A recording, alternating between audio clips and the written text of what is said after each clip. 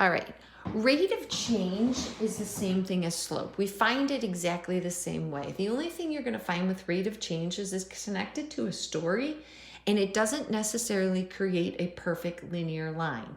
But we find slope the same way. We pick 2 points, stack, and do the change in y over the change in x. And then we'll talk about direct variation. Okay, so notice nonlinear. So it wants you to compare week 2 with week 5. So week 2 is 2 comma 76, and week 5 is 5 comma 89. Okay, so it's the change in y. So you're going to do 76 minus 89 over the change in x, 2 minus 5. So I'm going to get two negatives. So I know that my slope is positive just looking at it. So I'm going to do 76 minus 89 is negative 13. And 2 minus 5 is negative 3. Now I'm not going to leave it like this because it's a story. Remember what I said.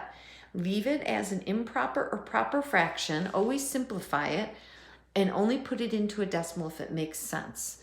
So in this one, if I change it into a decimal, I get 4 3/10. So the question is, how is it changing? So the number of weeks after he joined a study group, okay? So he's joined a study group. Week 2, he saw an improvement. Week 3, he saw an improvement. Week 4, he saw an improvement. So on average, his rate of change is 4 points per every week. That's what rate of change is. And doing the same thing here, you're going to pick week 2 and week 5. This time I decided, I always try to stack the greater ordered pair on top so I don't have as many decimals to deal with. So 345 minus 130 over 5 minus 2. So I'm going to go ahead and do 345 minus 130 is 215. 5 minus 2 is 3. Do 215 divided by 3, and you're going to get approximately 71 7/10. So approximately the number of campers are increasing 72 people per year. So it's important to be able to describe what's happening in this story.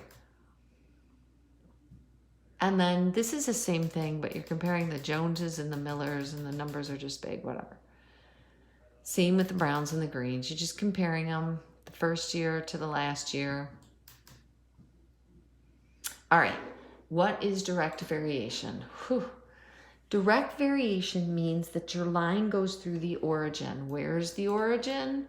Right here. If your line goes through the origin, then it varies directly. When you're finding direct variation, your equation is y equals kx, okay? K is the same thing as slope, okay?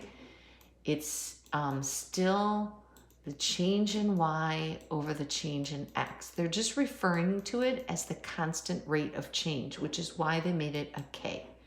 So your job is, I'm giving you the change in y and I'm giving you the change in x. So you're going to write y is equal to the change in y over the change in x. Your job is to simplify that fraction and you're done. That's it. That's the equation, because your job is to write the equation. It's just y equals kx. All you need to do is find slope. They gave you the information, simplify the fraction. And how do I know it crosses the origin? Because there's no plus b. And if there's no plus b, then your y-intercept is right here, right in the center, okay? That's direct variation. So again, how do you know we're doing direct variation? Because it has this statement. Y varies directly with x. So you're going to go y equals the change in y over the change in x. And then you're going to go ahead and do 75 divided by 15. Make sure it's simplified. And you get 5. Y equals 5x. If you graphed it,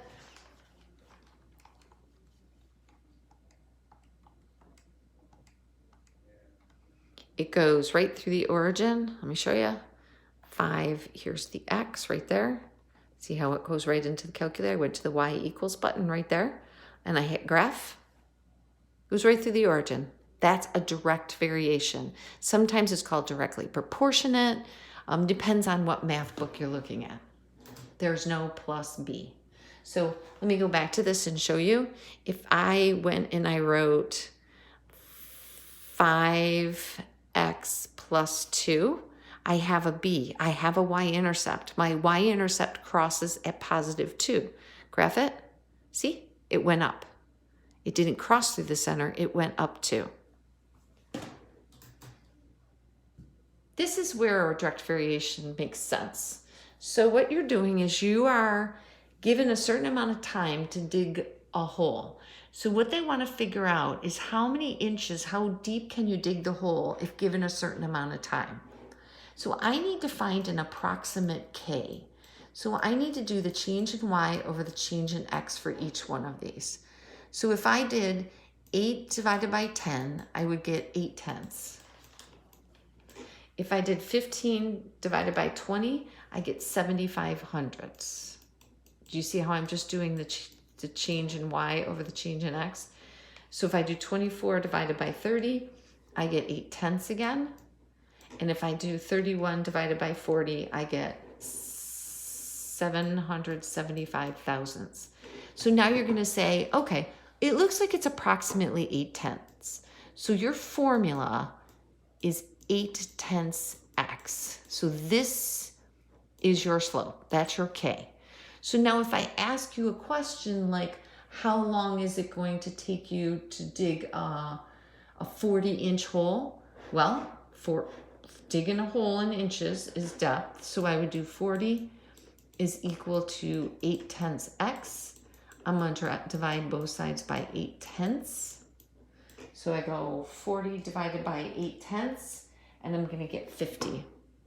So I'm going to say to you, it's going to take you about 50 minutes to dig that hole. So do you see how it's a valuable information for a company who's digging holes, maybe to put trees in or something?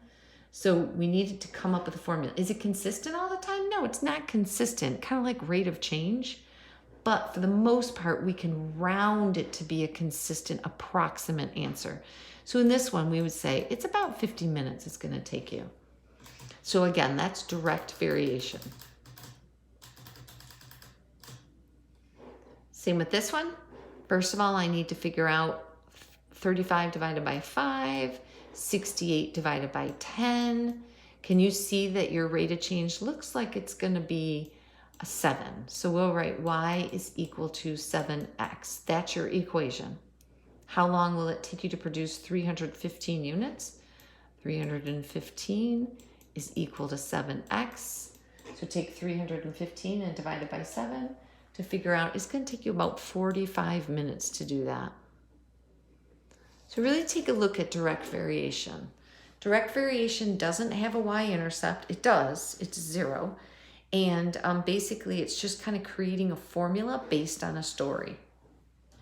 And it usually says y varies directly with x. Good luck on 8-5.